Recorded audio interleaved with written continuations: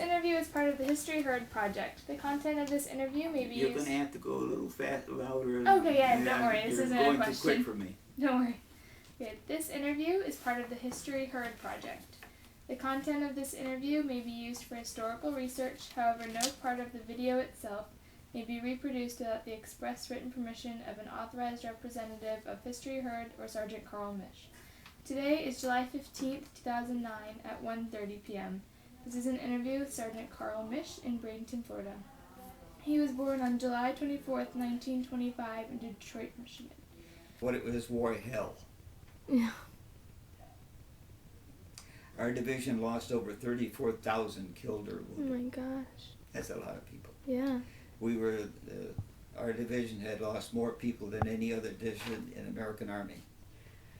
I also found that when you have oh no, that's another line. I've skipped lines here. War during the... Did you write this? Pardon? You write this?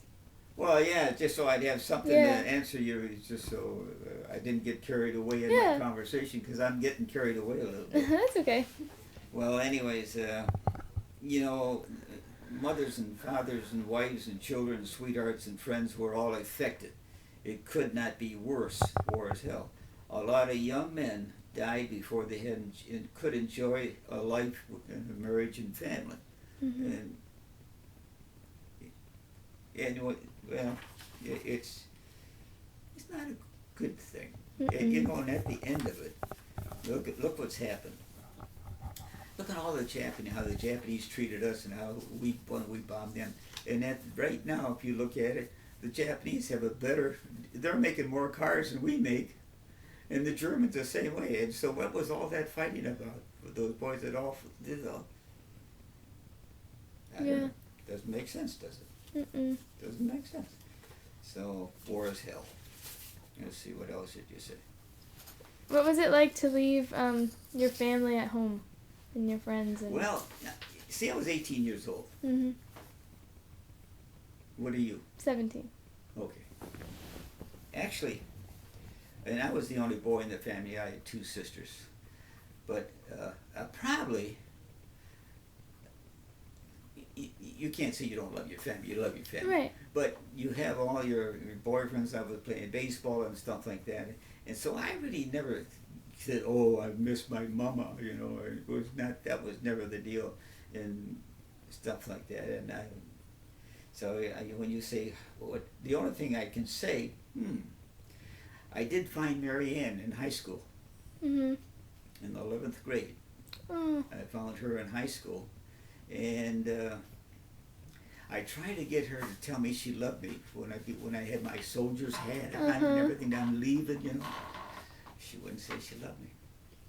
And so I'm getting ready to go on the train to go back, to go overseas, because I just come back. We get a furlough before you go overseas. And she called on the phone and told me on the phone that she loved me. Aww. Well, so I had 2 years of letter writing. So I probably missed her more than I missed my family. You know, if you want to say, what did you miss? I got to say this, as you think back, you missed a lot of your fun years. Your teenage years are fun years. Believe it or not. You don't believe it right now, but they are your fun years. Because you don't have responsibilities per se. Your mother and dad takes care of everything, and you're going to school and things like that. So there's nothing that I missed as far as family is concerned. But I will say, when I came back, which I came back Christmas Eve. Oh, really? What was that like? That was, we came, and the captain told me to get my stuff together, that I was going to go home, and I think that was right around December the 15th or something in Europe. And we got our stuff together, got on the boats. It took us, I think, 9 days to get across. We got into America on December the 24th. But what they did, they were trying to get the boys out of the Army for Christmas.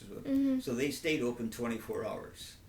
So we landed in Boston. They put us on a train. We went to Gary, Indiana, to Camp Atterbury, and they stayed open all night, getting us out of there, getting our discharge papers.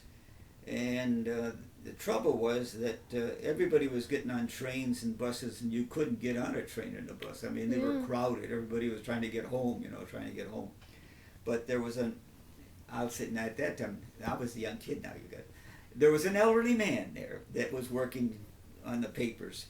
And he mentioned to one of the buddies I was with that was from Detroit that he could get us a taxi and for $100 a piece. And so there was two others, so there was three of us, and we grabbed a taxi. And so a taxi drove us from Gary, Indiana to Detroit. And then we had to take a Detroit cab to go to our houses from there, of course. But we did get home December the 24th, So Christmas Eve, come into the house and everything was good. And then I surprised Mary Ann, did let her know. Of course, she kind of knew we were coming because she was getting no letters. Yeah. So she knew I was coming, but didn't know what day I was coming. So I surprised her, and my mother says at that time, "You better call her." I said, "No, I don't want to call her. I want to surprise her." Yeah. And I'm sure glad she was home, or I would have been surprised. But anyways, that was a surprise for Mary Ann.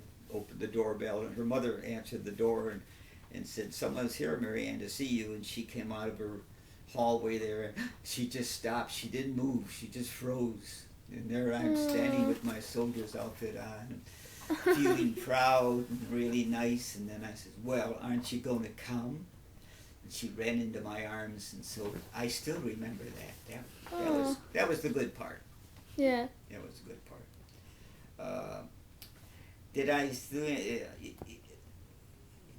My mother was born in Germany.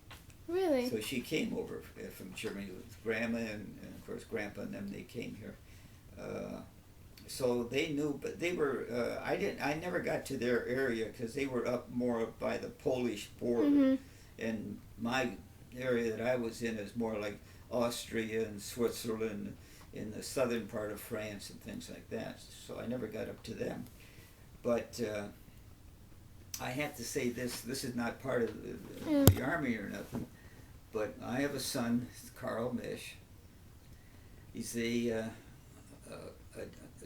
dentist, but he does more or less seminars. He's way up high in his profession, and he goes all over making seminars and stuff like that. He went over to Germany, making a seminar for the doctors over there, and a man came up to him after it was over with and gave him a book, and a book was on the same subject by Carl E. Misch, the guy that lived in Germany. Oh my gosh.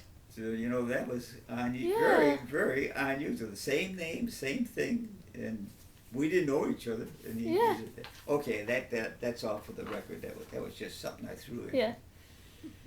And let's see, what else you got here? When you're a group, 18-year-old, okay. When I was 18 years old and went in the Army, all I knew about war was that I saw in the movies. They all had happy endings. I learned that was Hollywood and not the truth. In the war, I learned to block out things I saw and just kept going forward. At home, you can't do this. With a wife and children, you must keep in touch with whatever is going on and help out where you can. Actually, no one wins in a war. It costs both lost time in their lives. Try to resolve problems through debating and try harder. And okay, I believe in God and I don't know about this. I believe in God and was a Lutheran when I went in the service. I changed my religion when I married Mary Ann, who was Catholic. When I came home during the war, there were times when we were all off the line, and I went with buddies to a service that be held outside on the grass. When you got off the line, they could be a Jewish Hebrew, they could be a priest, they could be a minister. Didn't care what they were. You could go to a service, let's say that way, and there'd be maybe 15, 20, 30 guys that would go to the service. You come off the line, and he would say a few things out of the Bible, I suppose. I can't remember exactly, but you would say the prayers that you were brought up to know. Because there may be a Jewish boy next to you, and there may be a Lutheran here, and the next guy is Catholic, but at least you went to a service for God. And that was kind of nice and unusual. When you're in a, oh yeah, you asked me if there was any atheists. When you're in a foxhole, I never saw an atheist. Yeah, no. Never saw an atheist. You know, and